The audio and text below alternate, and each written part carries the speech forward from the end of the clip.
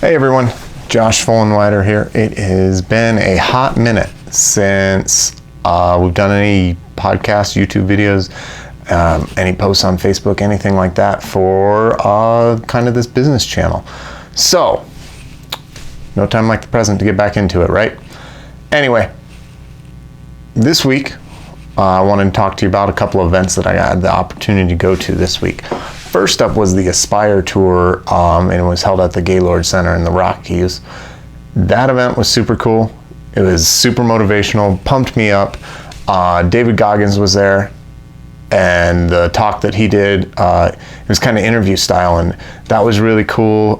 What surprised me though were some of the other talks that were there. I definitely went to go see David Goggins talk. The other ones that I really thought were powerful were Molly Bloom, who I kind of knew the story. I hadn't read her book, hadn't watched her movie or anything like that, but I knew the story just based on what I'd been told. Her talk was super powerful. She talked about resetting, restarting, but really her talk boiled down to integrity, which was super cool. The reset part hit home, the integrity part and her approach to it and everything like that, really liked that. So if you get a chance, definitely listen to Molly Bloom speak sometime or check out her movie. The next one up that I really felt was powerful was Tim Story, who I had never heard of before. And he talked about not settling in the setback. So like when you get knocked down and you feel like you've got that setback and not settling into that and accepting that as your new normal, but like getting up again and going again. So that one hit home for me. Really felt like he was, talking to me for that one. Then of course, David Goggins. His talk was great. I knew kind of what to expect going into his talk, and he definitely delivered exactly as promised. And then the next one that I really liked was Deion Sanders spoke. And Deion Sanders is the current head football coach of the CU Buffs here. So I kind of knew who he was from when his days playing professional ball. But his talk was really good. He wasn't as polished as the other speakers, but it was more like genuine from his heart, everything like that. And he definitely talked about like what it means to be a winner and that we're meant to be moving forward. Everything about us is faces forward. We're directed to go forward, and all of that. One of the things that I really found interesting about like all the speakers overall was their faith. So I hadn't really heard speakers talk about God or their God or anything before. They might mention it just briefly, but a lot of the speakers here that were, very powerful brought up their faith and how that impacted them. And one even quoted directly from Proverbs.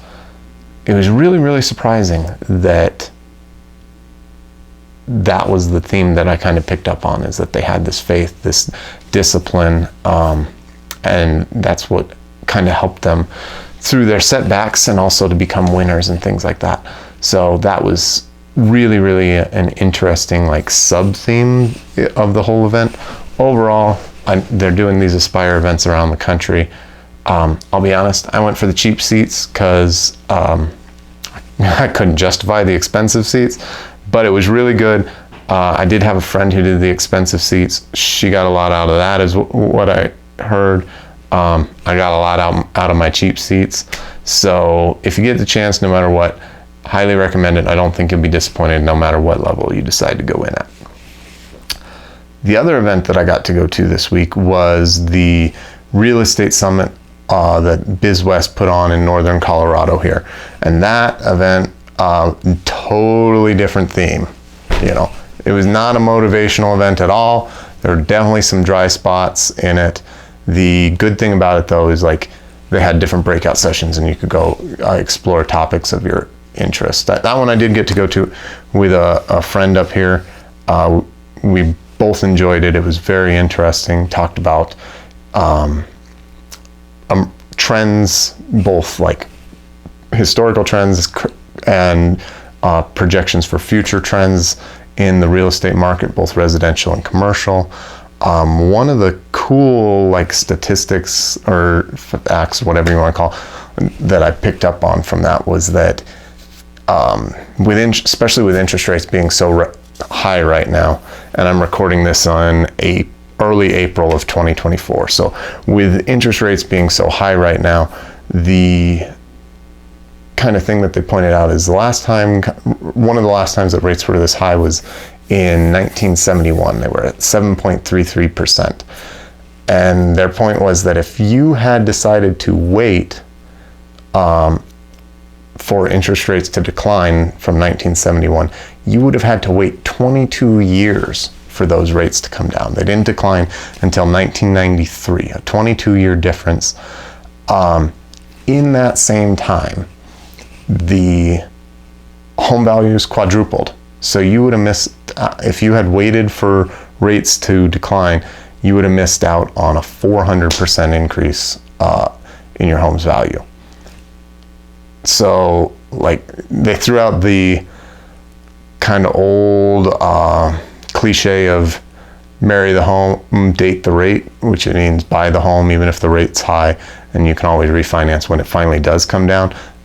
You know, that kind of story of the 22-year difference definitely highlights that.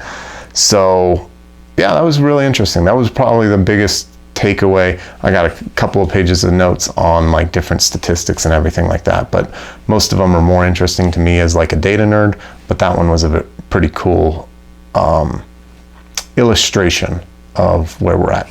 The second one that really stood out to me, might not mean as much to you, but if you're kind of debating whether or not to buy a home, it was for every 1% drop in interest rates, 5 million people enter the housing market in the US.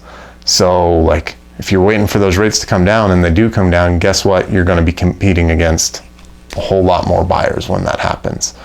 You know, they also stated that like 73% of people who have gone out of the market right now or want to buy a home but have decided against it, 73% have said that their number one reason is high interest rates. So that's a lot of people that are just kind of sitting on the sidelines waiting for home values to decline, if they're going to decline. And everything that they were saying there said, you know, kind of indicated that there's still a housing shortfall. There's going to be a housing shortfall for years, if not decades. So like it's that old supply and demand. You've got so little supply out there and your demand is still high. It doesn't matter what the rates are going to do. The houses are still going to sell. And they're still going to continue that appreciation. So that was pretty interesting. Here in northern Colorado, one of the interesting things I heard about this last year is for apartment units and everything, there were 1,800 apartment units, I believe is what they said, built in northern Colorado over this last year, like opened up. They, you know, probably been in the works for years. Of those 1,800, 1,400 were in the Greeley-Evans area. And 0 opened up in Fort Collins over that time period, which I thought was kind of really strange and interesting. But they use that to kind of highlight some of the obstacles that Larimer County, Fort Collins has been having getting through the approval process and things like that. The other side of that was rents in the two areas. Rents went up like 4.7% or something like they said, or maybe it was 3.7% in Fort Collins over that same time period, because no new supply, but demand is still increasing. However, in the Greeley area, rents only went up about 1%. No, they said 0.1% over that last 12 months. So that was pretty interesting. You know, we put the supply out there and rents stopped going up. Nationwide, it is becoming more apparent or not more apparent, it is a fact that It is cheaper to rent still than to buy. So those rental units are definitely needed and in demand out there, but it is still significantly cheaper to actually rent a home than to buy a home. So, you know, a lot of factors go into the cost of housing. That's a different video. This one was just to tell you what these two events were. Like I said, Aspire Tour, super motivational, highly recommend. Real Estate Summit that was put on by BizWest, also really great, also highly recommend, but completely different energies. One was a sit back, take notes, try not to fall asleep, and the other one, you know, loud music, pumping you up, emceed so that you were up and out of your seat and having a good time, almost like a concert. And actually, they did have a concert at the end of it. Ja Rule performed. I was tired and I wanted to go home because at that point we'd already been there for 7 hours. So we left after Deion Sanders spoke, but Ja Rule came on after that, and they had a like mini concert there. So that was pretty cool that they did that. Anyway, that is my update for this week. Hope you all have a great time. Reach out if you need something. Thanks.